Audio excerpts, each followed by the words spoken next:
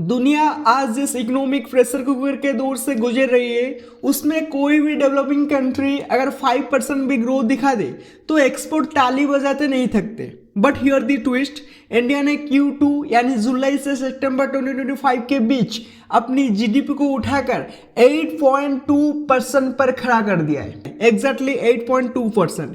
और यही वो नंबर है जिसने लिटरली दुनिया की आंखें खोल दी है, स्पेशली यूनाइटेड स्टेट्स की, जिसने इंडिया पर 50% टैरिफ जड़ दिए थे, वो भी ऐसे टाइम पर जब global slowdown, inflection, oil price volatility और जियोपॉलिटिकल इंस्टेबिलिटी एक साथ दुनिया की इकोनॉमिक्स का दाम निकाल रहे हैं। डोनाल्ड ट्रंप ने व्हाइट हाउस में रिटर्न होते ही अपना पुराना सिग्नेचर टैरिफ पॉलिटिक्स फिर से शुरू किया।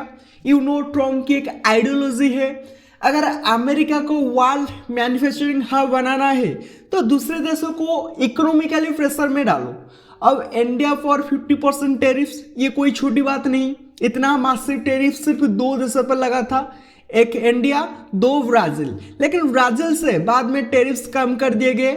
मतलब आज के तारीख में अकेला कंट्री जिसके ऊपर ये पूरा 50% का हैमर गिर रहा है वो है इंडिया।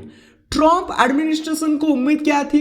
एग्जैक्टली वही, that Indian economy will slow down, Indian exporters panic करेंगे, रूपी को प्रेशर पड़ेगा, कंज्यूमर की परचेसिंग पावर हिट होगी और इंडिया खुद नेगोशिएट करने के लिए कुछ झुक जाएगा। अमेरिका का कैलकुलेशन साफ था, अगर इकोनॉमी का ग्रोथ स्लो हो गया तो इंडिया खुद आकर बोलेगा लेट्स टॉक, टैरिफ्स कम कर दो। बट अब जो हुआ है वो बिल्कुल उल्टा है। ग्लोबल इकोनॉमिस्ट Q2 की ग्रोथ के लिए प्रेडिक्ट कर रहे थे 7.4%। और बिलीव मी, अगर इतनी ग्रोथ भी इंडिया अचीव कर लेता तो ये भी दुनिया के हिसाब से शानदार माना जाता।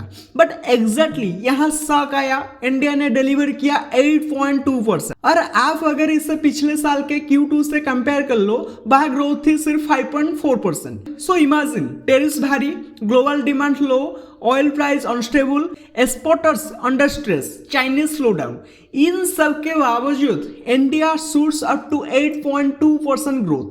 अब यही बात आज हर जगह हेडलाइन बन रही है। जीडीपी 2 तरीके से देखी जाती है, एक है एनुअल जीडीपी ग्रोथ, पूरे साल की ग्रोथ, 2 क्वार्टरली जीडीपी ग्रोथ, हर 3 मंथ्स की ग्रोथ। इंडिया में क्या होता है, इंडिया के फाइनेंशियल ईयर स्ट्रक्चर ऐसा है कि Q1 April to June, Q2 July to September, Q3 October to December, Q4 January to March.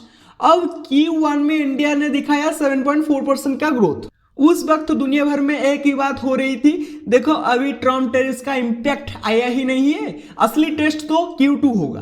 Because tariffs लगते ही इमीडिएट इफेक्ट दिखता नहीं, सप्लाई चेन एडजस्ट होती है, एक्सपोर्टर्स नए रूट्स ढूंढते हैं, कॉस्टिंग एडजस्ट होती है, टाइम लगता है। बट Q2 सीधे टैरिफ्स के बाद का फास्ट फुल क्वार्टर था और लोग बिलीव कर रहे थे कि शायद Q2 कोलैप्स कर जाएगा। लेकिन Q2 ने तो Q1 को भी पीछे छोड़ दिया, 7.4% से 8.2%। यूजुअली क्या होता है, Q1 स्ट्रॉन्ग होता है, Q2 थोड़ा लो, Q3 फेस्टिव सीजन में थोड़ा ऊपर, Q4 फिर से लो। इंडिया ने इस पूरे ग्लोबल पैटर्न को उलट दिया और अब दुनिया जेन्युइनली कंफ्यूज है कि ये कैसे पॉसिबल है।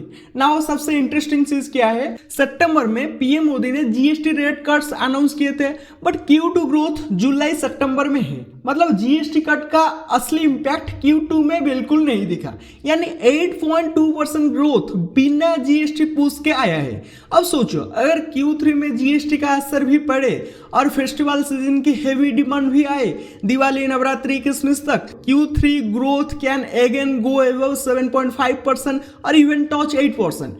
And if that happens, India की annual GDP growth massive jump ले सकती है। इसीलिए ग्लोबल इकोनॉमिस्ट अभी लिटरली अपनी चेयर्स पर बैठे बैठे कैलकुलेट कर रहे हैं कि अगर Q2 इतना स्ट्रांग है तो Q3 कितना पावरफुल होगा। अब आई नो बहुत सारे लोग IMF की C ग्रेड वाली खबर देखकर कंफ्यूज हो गए, कुछ लोग तो इसे नेगेटिव समझकर पैनिक भी कर गए। So let me break this down. Exactly IMF हर देश की इकोनॉमी की डाटा ट्रांसपेरेंसी एंड मेथोडोलॉजी को ग्रेड देता है। A एक्सीलेंट, B को गुड, C को एक्सेप्टेबल, D को वीक। इंडिया को मिला C यानी एक्सेप्टेबल। अब लोग सोचते हैं कि शायद IMF कह रहा है कि इंडिया के नंबर्स फेक है, कभी नहीं। एक्चुअली आईएमएफ की रिपोर्ट्स बहुत बड़ी होती है। आर्टिकल 4 कंसल्टेशन रिपोर्ट, इंडिया की पूरी रिपोर्ट आईएमएफ ई लाइब्रेरी पर अवेलेबल है। उसमें लिखा है India economy is growing very fast, physical framework strong, external sector balanced, banking system stable, government finances improving. सिर्फ डाटा सेक्शन में एक एरिया मार्क किया गया, base year needs upgradation. India अभी भी जीडीपी कैलकुलेशन में 2011-12 का बेस ईयर यूज कर रहा है। आईएमएफ मानता है कि बेस ईयर ज्यादा मॉडर्न होना चाहिए, बस इसी वजह से ग्रेड सी आया है। और मजेदार बात, चाइना को भी सेम ग्रेड मिला है। आप चाइना की आर्टिकल 4 रिपोर्ट भी खोल लो, पेज 95 पर डाटा इश्यू सेक्शन है, सेम ग्रेडिंग। इवन कई यूरोपियन कंट्रीज को भी सी मिलता है। डाटा ग्रेडिंग का जीडीपी ग्रोथ से कोई कनेक्शन नहीं, ये सिर्फ मेथोडोलॉजी इंप्रूवमेंट का सजेशन है। आईएमएफ खुद रिपोर्ट में लिखता है India's effort toward updating base year and improving real sector statistic are progressing rapidly. Meaning India upgrade कर रहा है, सिस्टम अपडेट हो रहा है। When Trump put 50% tariff on India, the US believed India economy will slow, India will come to negotiate, India will request tariff relief। But अब क्या हो रहा है? Exactly opposite. टेरिफ्स लगाने के बावजूद India's growth jumped, India's export readjusted, tax revenue increased, manufacturing picked up, investment continued, rupee stabilised. So what does this mean? US lost leverage, India gained leverage. अब कल अगर यूएस इंडिया ट्रेड टक्स होती है, India सीधे बोल सकता है देखो 50% टैरिफ के बावजूद हम 8.2% ग्रो कर रहे हैं। So you need US more than we need you. इसका मतलब क्या? टैरिफ प्रेशर फेल हुआ, इंडिया स्ट्रॉन्गर पोजीशन में आ गया, यूएस का नैरेटिव वीकेन हो गया, नेगोशिएशन टेबल पर इंडिया की आवाज जोरदार होगी।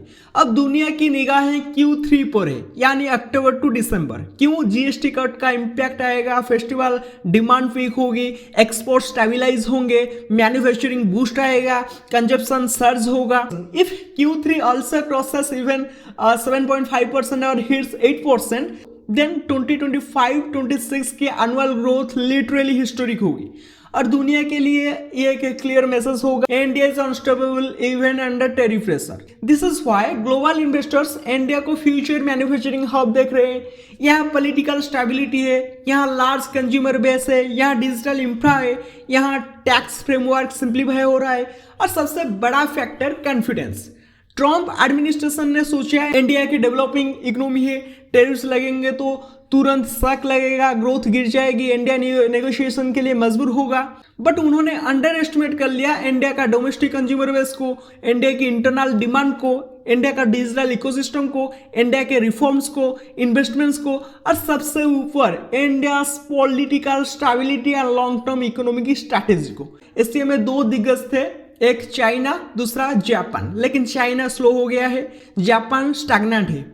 इस बीच सिर्फ एक कंट्री है जो स्पीड ऑफ कर रहा है, इंडिया। और जब एशिया में एक न्यू पावर राइज करता है तो यूएस, यूरोप, मिडिल ईस्ट सबकी जियोपॉलिटिकल कैलकुलेशन बदल जाती है। यूएस चाहता है कि चाइना को बैलेंस करने के लिए इंडिया स्ट्रांग बने, मिडिल ईस्ट चाहता है कि इंडिया उसके एनर्जी डिमांड फुलफिल करता रहे, यूरोप चाहता है कि इंडिया उसका न्यू मैन्युफैक्चरिंग पार्टनर बने। And India wants investment, manufacturing boom, economic independence, better global negotiation power और 8.2% ग्रोथ। बेसिकली दुनिया को ये कह रही है India is ready for leadership. मैं डेली जियोपॉलिटिकल एनालिसिस वीडियो आपके लिए प्रोवाइड करता हूं, तो चैनल को सपोर्ट कीजिए, वीडियो को लाइक कीजिए, शेयर कीजिए। Thank you, have a good day. मिलते हैं नेक्स्ट वीडियो में।